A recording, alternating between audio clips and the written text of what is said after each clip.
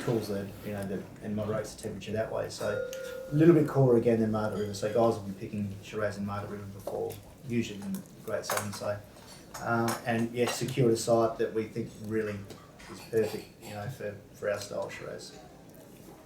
And this is similar to the Cabernet in the sense that it's 12 months in French oak and about 30% year. The only other little thing we play with is we bring in a Hungarian oak barrel. So it's coopered in France, and it's actually a finer grain because it's actually where it's actually grown is actually a cooler site. So it's an even more fine grain barrel. And it's actually more about the species of oak as well. And it's actually the Petraea, which is the species which all the best French oak comes from. And so it's Hungarian Petraea oak. And it works really well for me on Shiraz. We're not using it on anything else, but it just sort of brings this beautiful floral element to the wine as well. So there's a little bit in there, but we're basically 99% French oak and a tiny little bit of Hungarian. It works well. Jessica, tell everybody about the oak barrel that you've been selected to have. I'm not sure I'm going to do it justice, but so one of our main barrel suppliers is Sylvain, and they're one of the best cooperages in the world. So they supply all the top French houses. A lot of the great Margaret River producers down there use Sylvain on their Cabernet in particular. And anyway, we've been dealing with them for the last couple of years, and what they do every year, just as sort of a signature for themselves, is one particular oak tree that they pick, and it's really the owner's choice, but it's the best tree they think is in the harvest. So that one barrel is used, that one tree is used to make.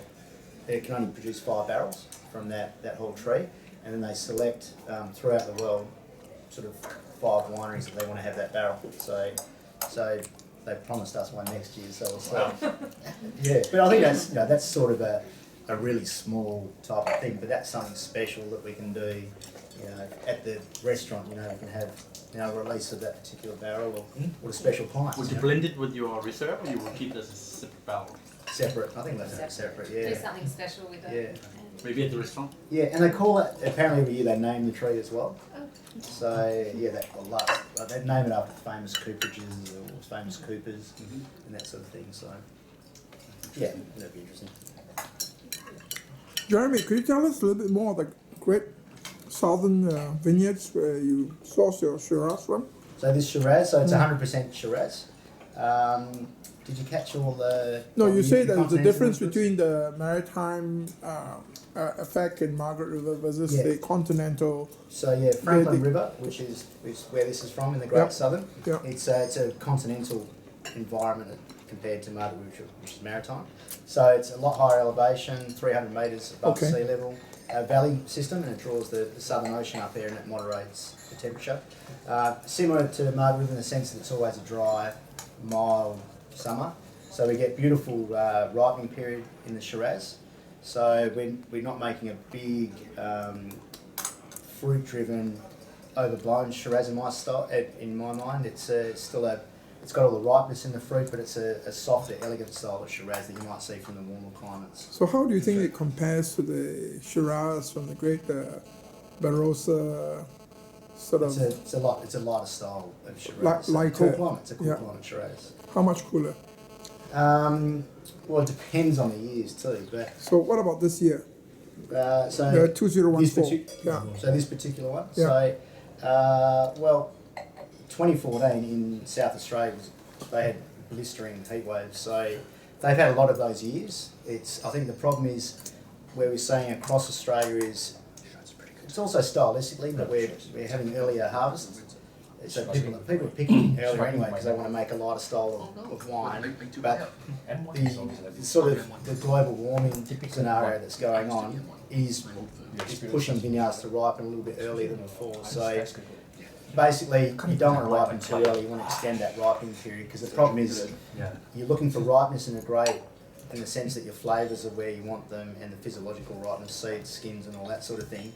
If it's too warm, it ripens too quick. So you got unripe flavours but massive sugars. So it's totally out of balance. So that's where these particular cool climate sites are so important because you can slow down the ripeness. And it's a combination of weather and vineyard management and all sorts of things. Because the problem is, like I was saying before, is people go through a vineyard and they drop a lot of fruit on the ground, saying, "Oh, it's, it's got very low yielding vines." But the thing is, vines are actually pretty smart plants. So what happens when you drop a lot of fruit on the ground? The vine actually shuts down, so it then slows itself down, and doesn't. So it's not ripening the fruit any faster or any better. The vine adapts to it. So in my mind, when he's getting to warmer vintages, is actually having a bit more fruit on the vines and a bit more sort of canopy. So you're not exposing the fruit to a lot of sun and a lot of concentration.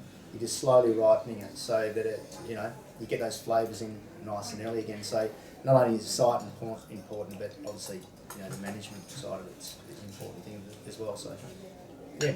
So Yannick, where else would you compare cool climate Shiraz in Australia to the Great Southern Well, you've got that you could think of? Yeah, you've got Yarra Valley and places like that. I mean, McLaren's warmer, is a warmer environment. I mean, Tasmania's doing Shiraz now, but it's really inconsistent because it's probably too cool. Okay.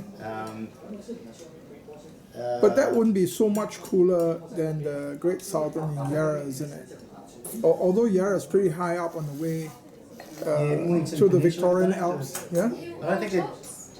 Yeah, I don't think yeah, that. so New South Wales, in the hilltops, so around Okay. Orange and regions like that. So But that's better for Pinot orange, like the Pinots that John Kirkpatrick well, does. see, Orange is they do great. They do great Rieslings. They do great Sauvignon Blancs. Cabernet and Shiraz is also the quality. When we were in the Hunter, we used to source a fair bit out of Orange. We used to get brilliant.